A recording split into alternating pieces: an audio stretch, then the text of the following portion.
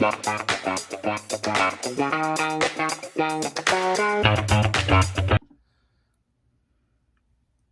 it's shaking. Hi, I'm Jayne. And I'm Jen. And we're SpielMill. And we're going to review a game that we played very recently that was spot on thematically, and that is Stonewall Uprising. Yeah, so this is a game about, well, it's premised off of the Stonewall riots, which occurred in 1969 from June 28th through about July 3rd. And it's about the pride fight in the 60s, 70s, and 80s, the fight for equality for people in the LGBTQ community, and the rest of the acronyms, of course. So let's talk about gameplay and mechanics. So in gameplay and mechanics in this game, there's two main ways to play the game. The first one is player versus player, where one player plays Pride, another player plays the man. And you each have your own decks, and you're doing it. It's deck building, so you're playing your decks and buying your own cards and building up your deck and everything. The other way is to play solo with an automa, and the automa has these sort of neutral cards that are automa cards. Mm-hmm. They basically say, move this track 3, move this track 4, et cetera, et cetera. Generally speaking, the gameplay and mechanisms work really well. Mm-hmm. It's a standard deck builder. One mechanism that I thought was really cool was the folding. And this is just a unique, I've never seen this anywhere else.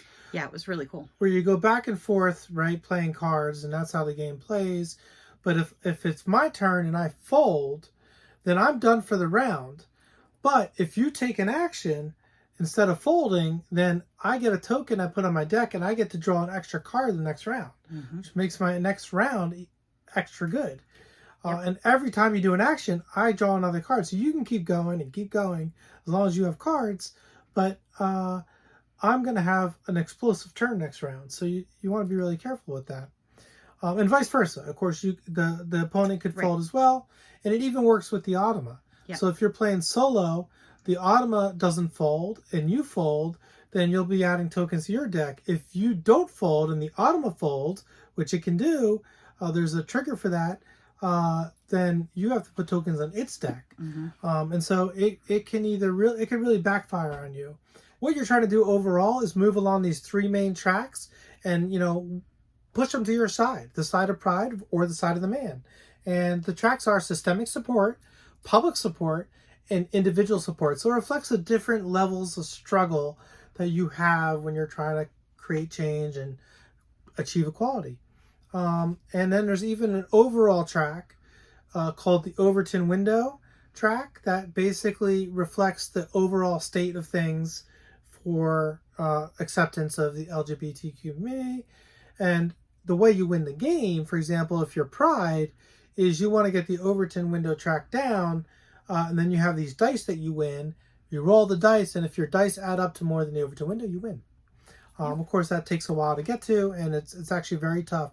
We played a couple different games, and we lost, and then we won, and it was tight. It was tight. It was a battle, so it was never easy. So that's good. I mean, a good cooperative game should never be super easy. It'd be boring. Yep. So now, if you're the man, it's there are a couple of different ways to win, and one of these is pretty dark in particular. And there's an AIDS death track, and this sort of kicks in the 80s, of course, when the AIDS crisis was full-fledged, and if they get to a certain point on that track, they win the game. Basically, you lose the game. So, and what was the other way they win? If there's another mechanism, which is your supporters become detained and demoralized, and if too many of them are demoralized, in other words, they just lose hope and lose ability to participate, then you lose as well. This is a great time to talk about theme and immersiveness. In some ways, it's a very dark game. If you play as the man, and you have a player playing as the man, it can be highly emotional. There are cards that talk about, the classification of homosexuality as a mental illness. Later in the game, it gets declassified, and so that's a great victory, but it's still really powerful and emotional. We played it co-op. Neither one of us really wanted to play the man, and it was a much more enjoyable experience for us. You actually take out a lot of the really painful cards that way. You're not getting quite the same punch in the gut. You still have things like the AIDS death track and some of the events that the man,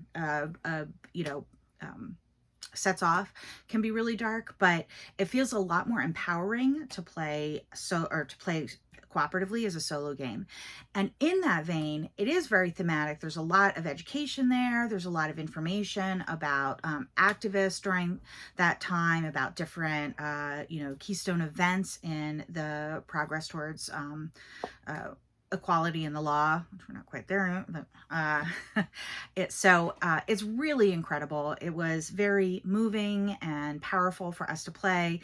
Again, having played it cooperatively, it was a more pleasant experience, I think, but you could play it as head-to-head and, really get the full impact of what it was like for the Trailblazers in that time. Yeah, so it might be very dark, but it would be a good educational experience to play it from that perspective as well. So if you are up for it, there's certainly some merit to playing the standard version. Yeah. I think you get, especially if you kind of know enough about the history, I think you get enough without playing the man cards. But honestly, there's a lot in there that maybe young people today don't know about that would be helpful to go through and feel that impact of what it was like.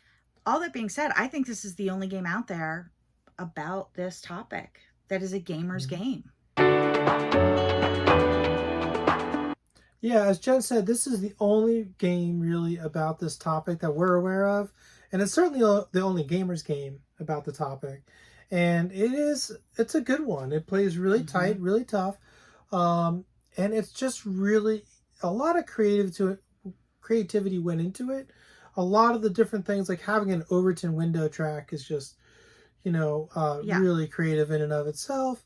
The historical elements that are integrated into the gameplay, and the way the tracks work and everything is really well thought out, both from a gameplay perspective, but also from a thematic perspective. I watched the interview with the designer. It was actually a playthrough with the designer, and he was commenting during the game. And it was really interesting to hear. I don't remember all his takes, but it was really interesting to hear his takes on it. So if you want to Google around on YouTube, I would recommend doing that and checking it out, because it was quite insightful if you have the interest in doing so. And he talked about his decision to include some of those cards and some of those events that are really highly impactful and traumatic. Right. So those tough decisions about making the man as aggressive and as dark as the man was, he does go over that in that video. So it's very interesting. And the game itself is really fun. I mean, I think the folding is a creative gameplay mechanic. This is a self-published game, but it doesn't really play like one. It plays like a professionally made game, and I think that's what's important. Yeah, I really enjoyed playing this. I think, especially, like I said, as a co-op, we played it as a co-op, and it had everything you want in a co-op. It was tight. It was tense. It wasn't just easy to win. We, like you said, we lost the first time we played it. And that's what I want. A co-op is not fun if it's too easy. And so just from a purely, sort of sterile, themeless game perspective, this was a really satisfying, cooperative game experience. I really liked it. Then you put that theme on top of it. Yeah. And damn. Yeah, it was good. We really enjoyed that, and really appreciated that the Automa cards were not as heavy as the man's cards. Yeah. They were very much just an Automa card. They were generic. Yeah. Here's a number, move this number on this track. Here's, should how many hands are there? Should the AI fold? That kind of thing. And it was not at all, it lacked some of the heaviness that could be educational, but that was better from a more pleasurable viewpoint of play or play experience. Yeah. So. I'd love to see some actual game publisher studio pick this game up. Yeah. Maybe do a little bit more development to make a actual intentional co-op mode.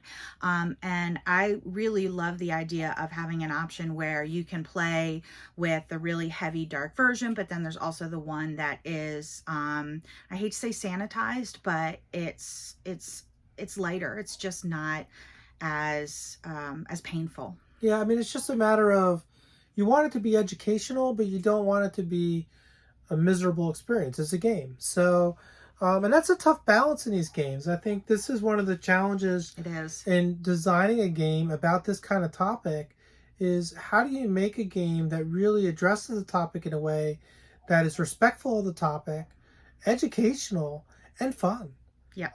And not in any way in the process diminish any of the people in question, you know. And that's a really difficult thing to do. We look at another game, Freedom of Underground Railroad, which addresses this topic. I think it does it pretty well, but certainly there are people who don't like the topic and the way it's handled, so wouldn't want to play it because of what it covers. So and that's legitimate. And so, you know, at the same time, you know, there's how many games about World War II and how many of them actually talk about the Nazis and what they were doing? I mean, almost none of them. You know, so little, and it's unbelievable. It's like, you know, right now in this time in history, of course, we have some states in the U.S. who are outlawing reading about different parts of history, and that's alarming. So I think games like this have an important niche. Yeah, I do too. And as a former historian and somebody who taught history, I think this is a great way to bring really a hidden history to an audience in a creative and unique way. And not everybody learns the same way. And this is a really, I love board games as a way to help people learn about anything, really. Yeah, board games are an easy way. We have other historic games that are less controversial that do that for us too, just to help teach you about history. Yeah. And not just about war history, but about other aspects of history. That's what you know, there's all kinds of aspects of history that we can learn from and not necessarily have it be fully sanitized. Yeah. So I don't know if this game is it available? It's hard to get right now. So it's, I looked around, and at least as the time that I looked around, it was on, one of the websites that resells games. I really hope to see this get another Kickstarter, picked up by a publisher, more elevated and into circulation. Yeah, I think it deserves it, and the subject matter deserves more attention. So maybe if you have a game idea around LGBTQ issues and want to present it, and you know, you've obviously, this game presents some of the challenges that you might face, but you can present it in different ways, and maybe you'll have something that's successful. Yeah, more, please. Yep. So what did you rate this game? You know what? I have a hard time rating it. It was a gameplay. It was probably somewhere around an 8, but because of its just so unique theme, for me, that's a 10. This is like nothing else in our collection. It is a gem. So, I mean, that probably brings it to a 9, but I have a hard time giving it anything less than a 10 for being what it is. Yeah, I mean, I think I was thinking similar, like an 8 for gameplay, but I think the overall thing with the theme and everything and the importance of it, I think a 9 at least. You know, a 10 in my heart. Yeah. So that's all that matters. So that's all. So thanks for listening, and let us know in the comments below. Maybe you've played it. What do you think? Or maybe you have thoughts about the materials. I'd love to hear if somebody's played as the man, what that experience was like. Yeah. So remember, every day that you game is a holiday.